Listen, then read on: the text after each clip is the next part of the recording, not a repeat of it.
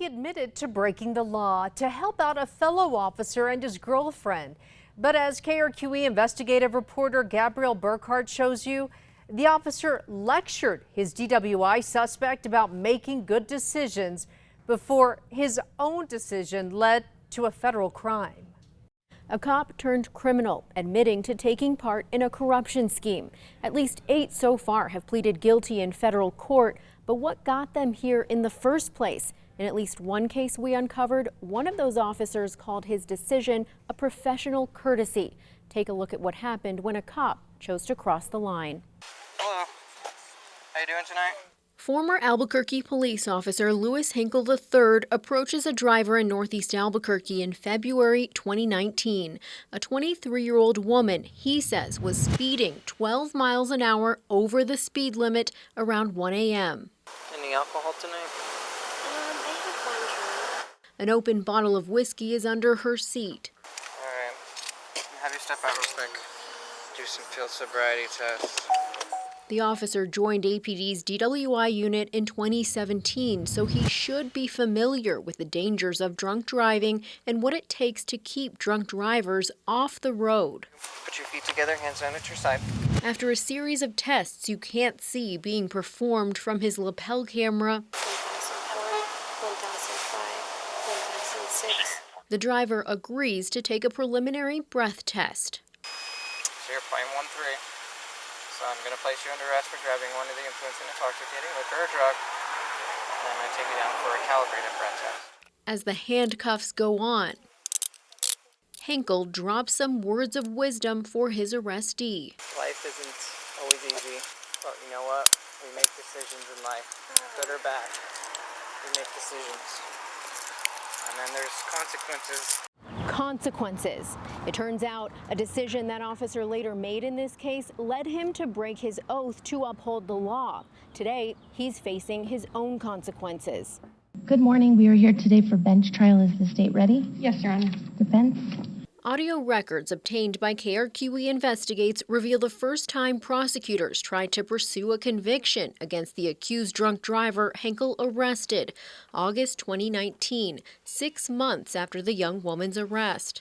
The defense would ask for a defense continuance, and we would be willing to waive the rule. A fill-in attorney says the main defense attorney is sick and asks for more time. Also missing is the main witness, Officer Henckel. The judge agrees to postpone, and they're back in court 5 months later, January 2020. Good afternoon, Your Honor. Thomas Strickland III on behalf of the defendant. Thomas Clear III is now representing the accused drunk driver. Behind the scenes, we now know Clear was asked to step in by an Albuquerque police officer who was, quote, romantically involved with the young DWI suspect.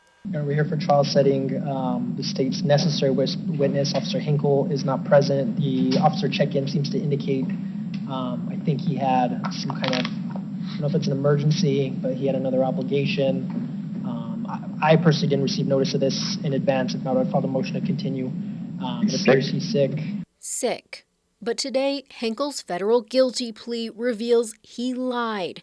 Henckel now tells the feds he agreed to call in sick that day as a, quote, professional courtesy to a fellow conspiring officer, the one romantically involved with the woman he arrested.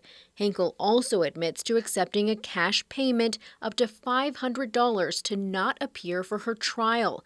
In fact, he says he was paid the equivalent of the overtime he missed out on for not attending court, knowing his absence would allow Clear to dismiss the case. So we're respectfully going to request that the court dismiss the case at this time. But once again, a judge agrees to postpone trial. I'll grant the state's motion this one more time. Fast forward 5 more months, June of 2020. In that time, prosecutors offered a plea. Is that plea offer rejected or accepted? What are we doing on this one? We're going to trial. Let's go.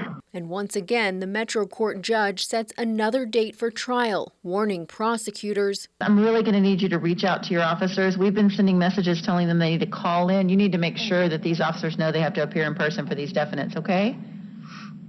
Okay. 1 month later, July 2020, they're back in court, all except the state's key witness. Your Honor, state is not ready for trial today. I spoke with Officer Henckel.